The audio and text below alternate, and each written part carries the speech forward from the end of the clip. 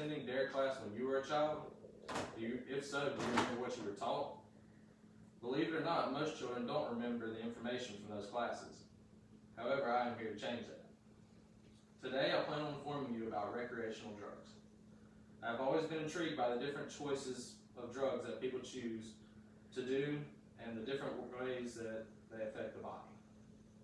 I must say I don't condone the use of drugs. However, there's nothing wrong with understanding more about them.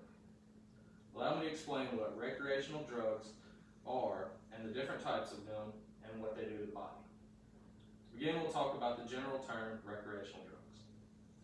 According to a 2019 article titled Recreational Drugs, written by Christopher M. Unstoos, PhD, says that recreational drugs are drugs that are used casually for entertainment and other purposes, in contrast with medicinal, spiritual, and performance-enhancing uses.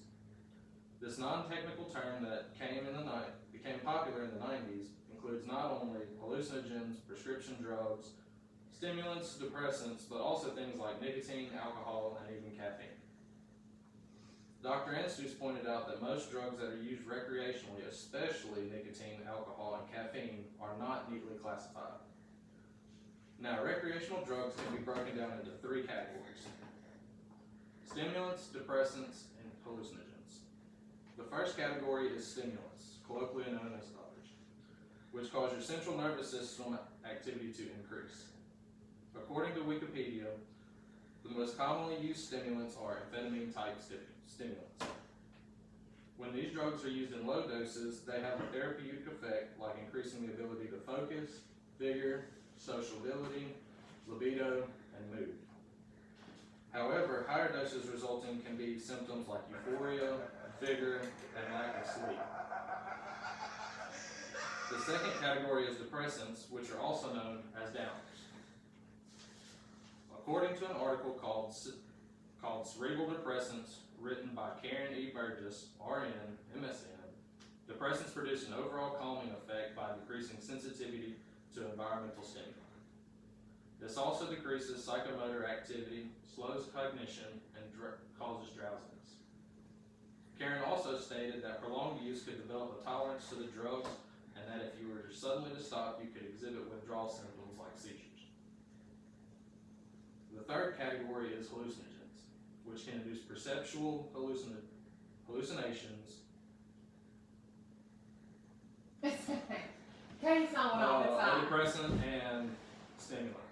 Well, according to a Healthline article titled "Is Weed a Depressant, Stimulant, or Hallucinogen?" written by Christine Cherney, it can be all three. The reason behind this is that it can cause an altered sense of time or space, loss of control over motor skills, increased heart rate, nausea, dry mouth, a detachment from the self or environment, and of course, visual hallucinations. Now that you know the different types of recreational drugs, let's talk about what they do to the body. According to an article titled "A Fire in the Brain," featured in Time Magazine, volume 118, different drugs have different effects on the body. Stimulants increase your heartbeat, raise blood pressure and body temperature, and also curb appetites.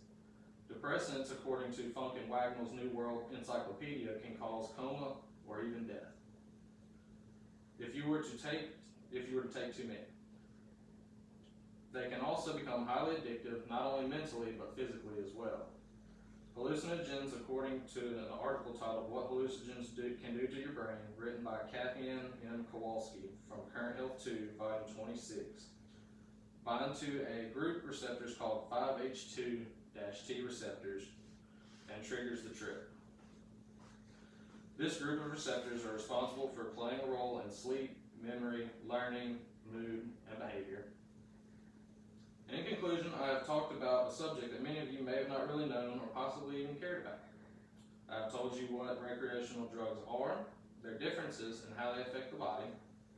I hope you have obtained more knowledge about these licit and illicit drugs. The next time you hear someone talking about recreational drugs, you'll have the knowledge to know what choices to make.